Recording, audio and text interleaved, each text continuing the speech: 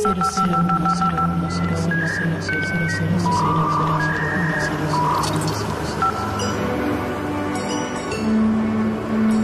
el medio de la red, en el medio estás vos.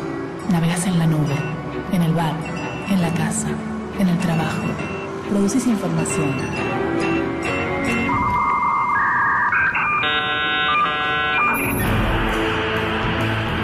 ¿Qué subís? ¿Qué subís? ¿Qué mirás? ¿Qué comunicas? En el medio de la tecnología. En el medio de la tecnología. Podés encender, podés apagar. Ahí estamos nosotros. Ahí estamos nosotros. Encendido, apagado. Encendido, apagado. En el medio digital. En el medio digital.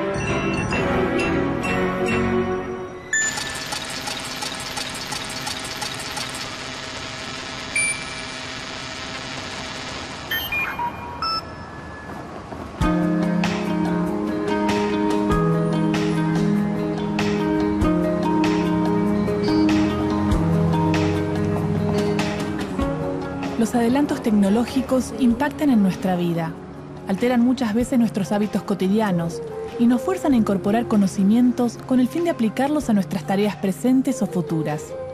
Es así como la educación primaria y secundaria se adapta para contribuir desde la escuela a un crecimiento intelectual de los jóvenes parejo con estos adelantos tecnológicos. ¿Cuáles son entonces las políticas de Estado que permiten a las escuelas públicas maximizar su potencial educativo, con el fin de insertar a todo el estudiantado en la era digital? Las tecnologías digitales dedicadas a la enseñanza en realidad son todas. La tecnología no ha nacido como una demanda del sistema educativo, es un producto cultural.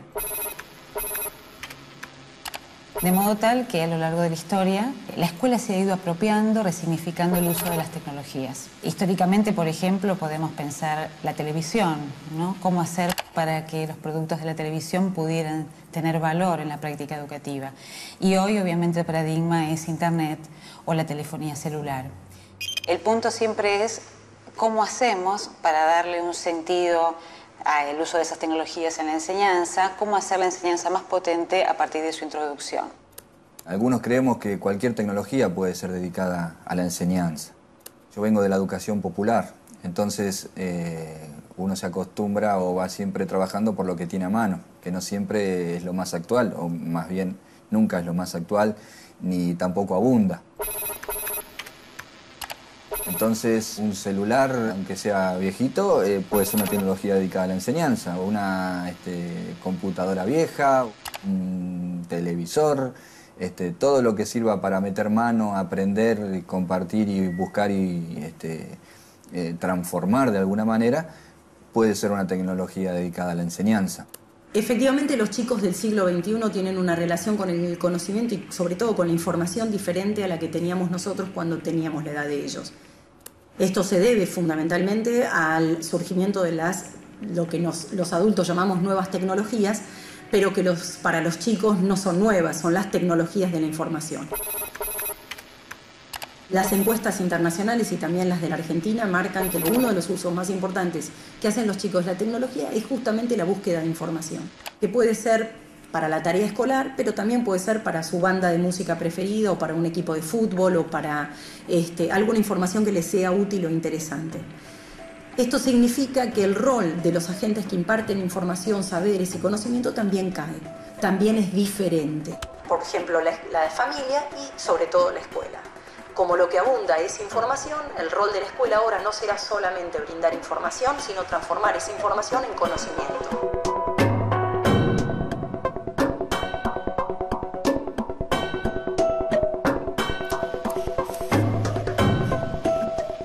¿Cuáles fueron los adelantos tecnológicos que modificaron la forma de enseñar y cuál es el impacto en el aula? Egipto, 3000 a.C.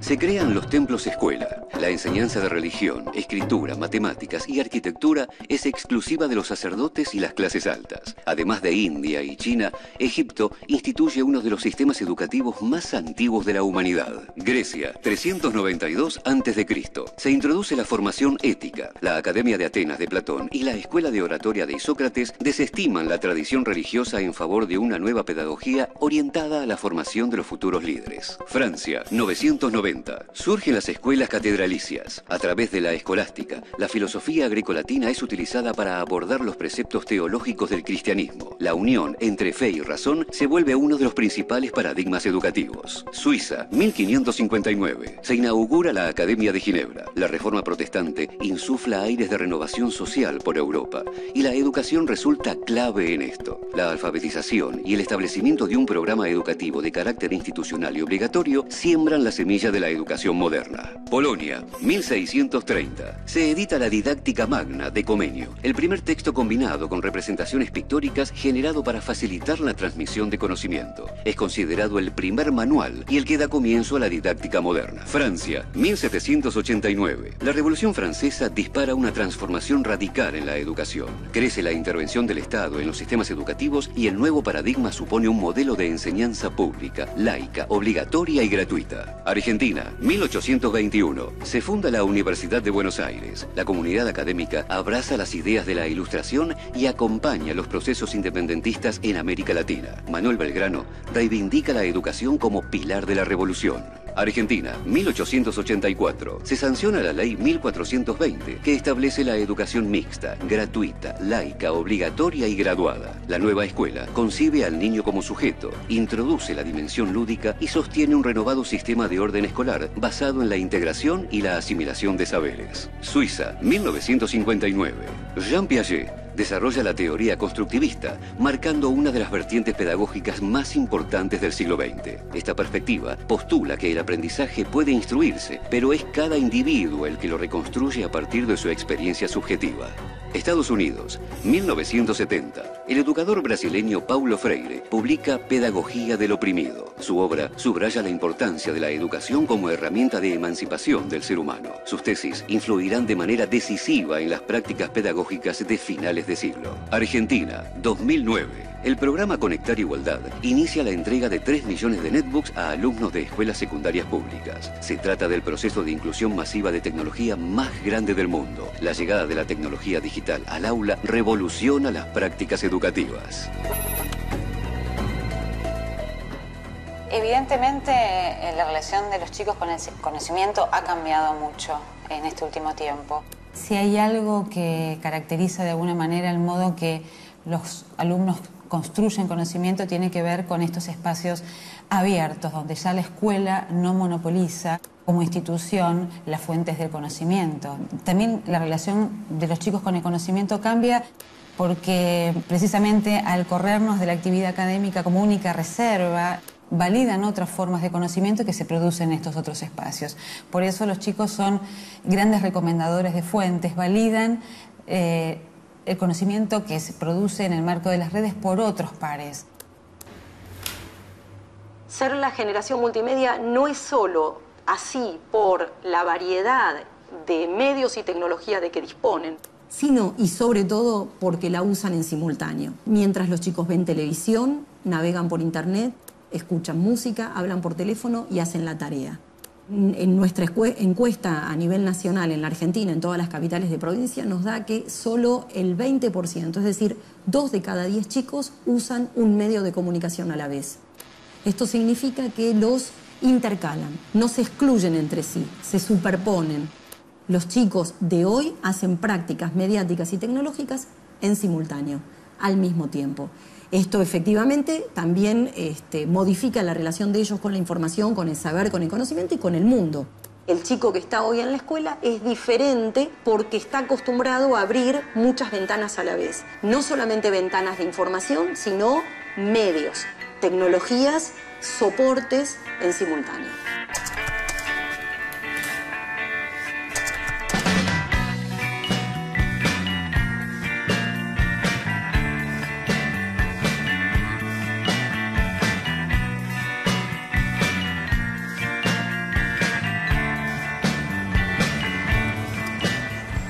Secundaria número 3 de Cañuelas. Vamos a ver cómo funciona el Plan Igualdad, cómo llegaron las netbooks a convivir con profesores y alumnos. Mirta. Hola. ¿Cómo estás?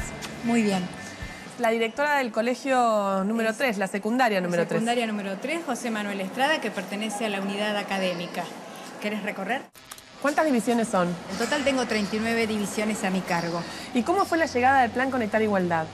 En el mes de octubre del año pasado me citan desde el Consejo Escolar y gente del ANSES avisándome que en menos de 20 días teníamos que registrar alrededor de 600 alumnos para que viniesen las NET a su nombre. El 25 de noviembre se hicieron la entrega de 600 NET en este pasillo. Fue genial. Sí, genial, ¿no? genial. Momento emocionante, que todos los chicos tengan acceso a tener una computadora. Sí, ¿sabés qué fue lo bueno? Había muchos hogares en los que por ahí había tecnología, pero en otros ni siquiera era un sueño.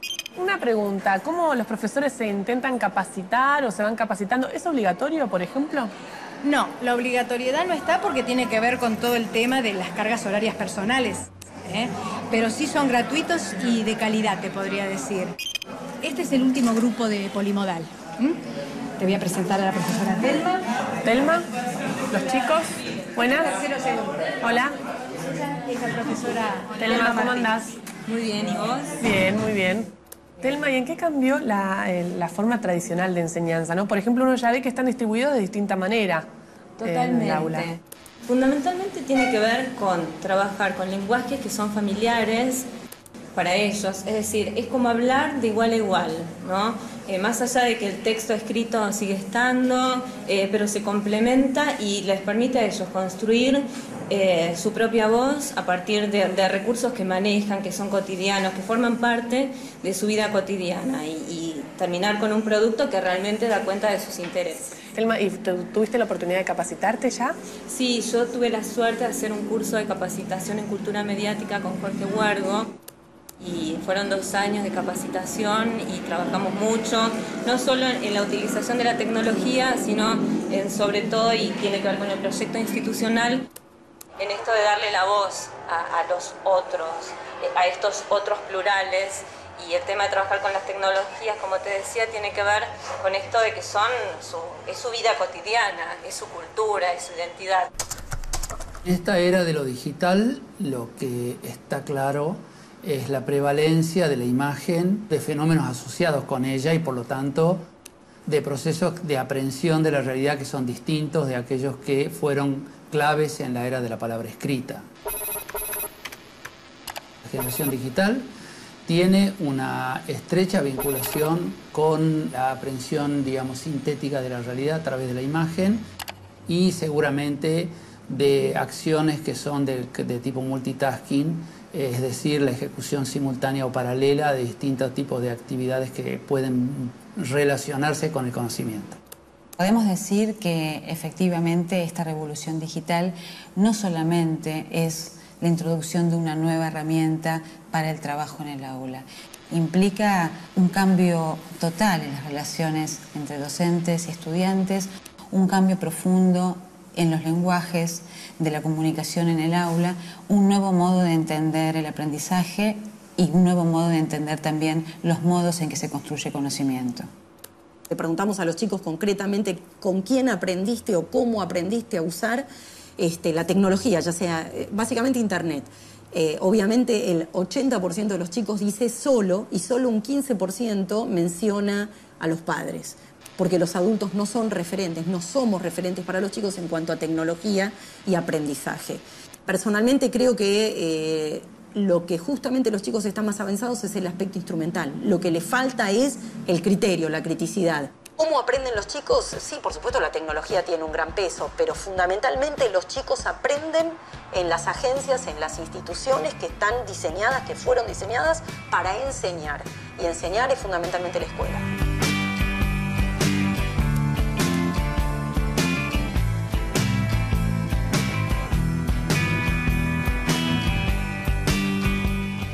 Y desde tu experiencia, ¿cambia la relación de poder de profesor-alumno? Sí, la relación es distinta, ¿no?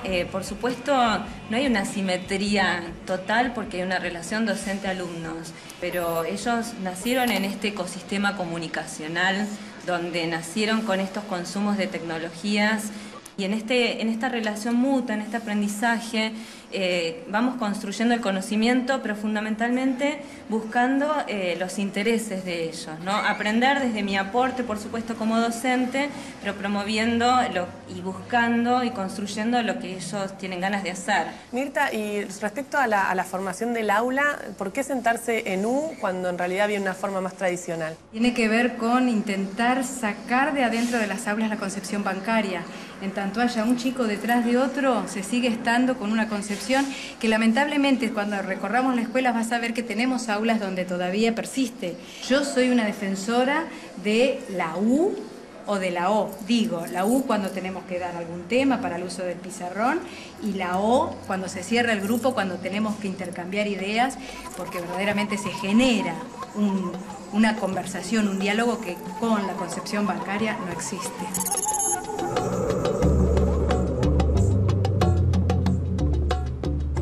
A comienzos de los años 60, la era espacial impulsó una serie de cambios radicales en la sociedad. Mientras la Unión Soviética lanzaba al espacio el primer satélite, la cultura y la educación vivían grandes revoluciones. La Escuela Nueva, una corriente liberal de finales del siglo XIX, regresaba como oposición a la pedagogía tradicional y se buscaba insistentemente nuevas formas de aprendizaje, en las cuales la ciencia, la matemática y la innovación pasaran a ser fundamentales en esta nueva era. En ese contexto, los investigadores Simon Papert y Willis Furczyk, entre otros, que habían coincidido en las aulas del Instituto Tecnológico de Massachusetts, se abocaron a pensar nuevas técnicas para enseñar computación a los niños. Papert, en especial, tenía experiencia como discípulo del padre de la psicología genética, Jean Piaget. La idea era desarrollar un nuevo lenguaje de programación, intuitivo y simple, capaz de incentivar el aprendizaje del pensamiento formal. En 1967, presentaron su creación, el lenguaje de programación Logo. Basándose en los trabajos sobre constructivismo de Piaget, Papert había elaborado una teoría del aprendizaje llamada construccionismo, que fue clave en el desarrollo de Logo. A través de un cursor gráfico, conocido como la tortuga de Logo, los estudiantes podían aprender nociones básicas de programación, resolver problemas y desarrollar procesos de pensamiento lógico-matemáticos. De esa manera, Logo se transformaba en un instrumento didáctico capaz de permitirles a los alumnos, en especial a los más pequeños, construir sus propios conocimientos. Logo fue un éxito inmediato y al día de hoy sigue siendo uno de los lenguajes de programación preferidos para trabajar con niños y jóvenes. Su importancia radica tanto en haber introducido a generaciones enteras en el mundo de la informática, como en haber sido pionero en el uso de la tecnología para el desarrollo de nuevas prácticas pedagógicas.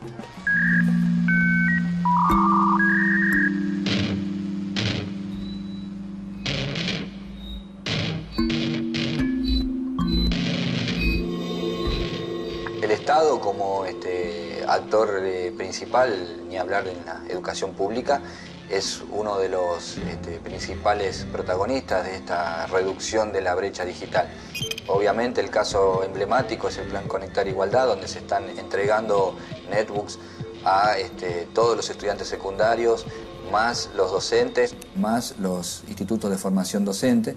Entonces ahí es un embrión donde, por ejemplo, me parece lo más interesante de todo esto es que los institutos de formación docente ya incorporan la netbook en los estudiantes. Y son 4 años de carrera contra los 3 de antes. Ya cuando esa persona que hacía el viejo magisterio sea un docente, ya tiene incorporada el uso de la herramienta netbook o de la herramienta computadora como un elemento más dentro de el bagaje de recursos que uno tiene. Se ha pasado del discurso de la ponderación, de la incorporación de las tecnologías, casi como panacea de la transformación educativa, a una acción muy concreta que implica universalizar el acceso. Esto es un cambio absolutamente novedoso, es una experiencia única en el mundo, no existe ninguna experiencia de dotación masiva de tecnología que tenga las dimensiones que tiene el proyecto en Argentina. Pero por supuesto el tema de la inclusión de la tecnología no se resuelve con las netbooks en la escuela. Hay otros aspectos que debemos considerar y uno de los aspectos claves que se está trabajando cada vez con más fuerza, porque de esto va a depender el éxito del proyecto, es la formación docente. El otro, obviamente, rol del Estado es, que probablemente sea el primero, es en promover el acceso. Y en esto también la posibilidad de distribuir 3 millones de netbooks entre chicos de escuelas públicas de la Argentina es fundamental, porque sin el acceso no se puede enseñar a analizar y a explorar, ¿no? No se puede enseñar a leer un diario si el chico no tiene un diario, no se puede enseñar a leer, a analizar y a explorar Internet si el chico no tiene una computadora. Así que, por un lado, el acceso, por otro lado, la prevención en cuanto a las campañas de los padres, y finalmente la participación, tratar de generar canales para que el chico haga un uso de Internet que le permita no solo acceder a la información, sino también participar creando sus propios contenidos.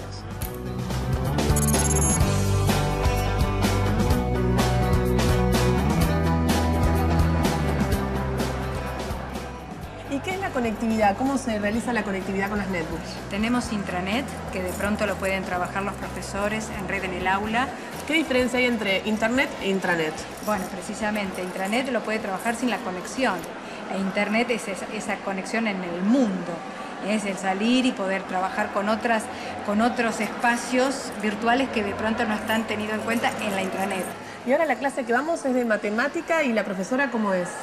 Mira, la profesora, además de ser profesora de matemática, es profesora de todo el área de, bueno, NTICS se llama, que son las nuevas tecnologías de comunicación e información. Bueno, esta es la clase de matemática. Esta es clase de matemática de 4º año. Ahí está la profesora. Profesora, ¿cómo anda? ¿Y cómo cambió la clase con la llegada de las netbooks? Por lo pronto, para mí físicamente, a veces el profesor estaba delante y ahora con la netbook uno tiene que acercarse, tiene que mirar, tiene que ponerse del otro lado para mirar lo que hacen ellos, para ayudarlos, para monitorear lo que están trabajando, monitorear que estén haciendo lo que corresponde y no que estén en otra cosa, y además ir ayudándolos uno por uno, porque ya no sirve explicarles a todos por igual lo que tienen que hacer. Cada uno tiene que probar, cada uno tiene que intentar. ¿Y por qué pensás que a los profesores les puede dar miedo o los paraliza un poco el tema? Porque nosotros no tenemos el mismo manejo de las máquinas que tienen ellos. Para ellos es algo mucho más natural que para nosotros, y nos puede dar inseguridad. Nosotros siempre estamos seguros de lo que enseñamos, de lo que estamos explicando y de todos los temas, y cuando aparece la computadora empiezan a aparecer nuevas dificultades que a veces no estamos acostumbrados a resolver. De todas maneras, hablamos también de un montón de chicos que no habían tenido computadora todavía. Sí, es cierto, para muchos chicos la netbook es la primera vez que la reciben, pero tienen una forma muy distinta ellos de interactuar. Nosotros los grandes, la computadora es una máquina que se puede romper, que puede no andar, que podemos hacer alguna macana, y ellos no le tienen ese miedo. Entonces, trabajar con los chicos es mucho más rápido, digamos, tienen otra forma de interactuar. En el medio digital, el conocimiento está repartido en millones de fragmentos por el ciberespacio. Para acceder a él, es fundamental saber preguntar. Quiero saber cómo funciona una pizarra digital interactiva y qué posibilidades ofrece a los docentes y alumnos. El pizarrón, la tiza y el borrador son algunos de los elementos más comunes en un aula. Sin esa gran superficie lisa donde el docente realiza anotaciones e imparte los contenidos de su clase, el aula pierde una parte fundamental de su escenografía. Actualmente, estos instrumentos se han adaptado al nuevo mundo virtual. La pizarra digital, por ejemplo, es una computadora conectada a un videoproyector que emite sobre una superficie lisa y rígida una determinada serie de contenidos sobre los cuales el docente puede realizar cualquier clase de anotaciones. Al manipular la pizarra, el docente le transmite a la computadora las instrucciones necesarias para que ésta proyecte los contenidos correspondientes. Así, la pizarra le sirve al docente para manipular la computadora y producir o ejecutar toda clase de información pedagógica. Una vez que el docente terminó su clase, puede guardar los contenidos de la pizarra, así como imprimirlos, enviarlos por correo electrónico o exportarlos a diversos formatos. De esa manera, la pizarra digital es un complemento perfecto de todas aquellas tecnologías de la información y la comunicación que revolucionan las prácticas pedagógicas.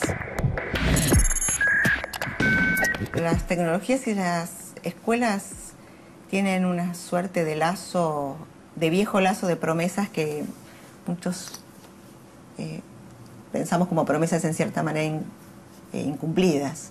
La tecnología le prometió a la escuela resolver los problemas. Me parece que hoy ya todos estamos muy conscientes de que las nuevas tecnologías son solo herramientas y que tenemos que pensar las nuevas tecnologías en términos de los problemas clásicos, los viejos problemas de la escuela y de la enseñanza. Si las estamos imaginando como tapando o solucionando mágicamente las preguntas que nos tenemos que hacer, me parece que vamos a un camino complicado. Uno se puede preguntar si efectivamente somos ahora más esclavos de la tecnología y por lo tanto más esclavos de la sociedad de consumo. Y en realidad, bueno, por supuesto vivimos en el marco de una sociedad capitalista y nos han definido desde ese rol. Pero es cierto que hoy los desarrollos de la tecnología abren nuevas oportunidades. Pensemos, si no, por ejemplo, todo el movimiento de software libre que trata precisamente de poner un límite al desarrollo de software propietario, al dominio de las corporaciones que van formateando nuestras vidas a partir de la inclusión de estos entornos que en realidad son los entornos en los que interactuamos.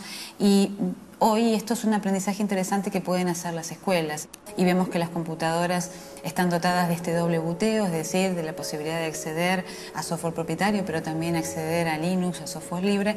Vemos que ahí también se nos da una oportunidad interesante de reflexionar en la escuela acerca de nuestro rol crítico como consumidores y en este sentido, entonces, el rol de los docentes es fundamental porque los que nos indican cómo usar las tecnologías, los que nos muestran un camino para transitar en estas búsquedas, los que nos marcan los fines de la enseñanza son los docentes y no las grandes corporaciones.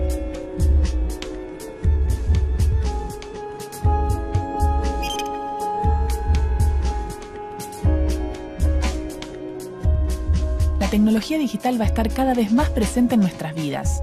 La velocidad de los procesos de información y comunicación nos permitirá crecer y conectarnos como sociedad. La tecnología digital es un medio, una herramienta con la que podemos construir muchas cosas. Depende del uso que hagamos de ella. Nosotros hicimos este programa.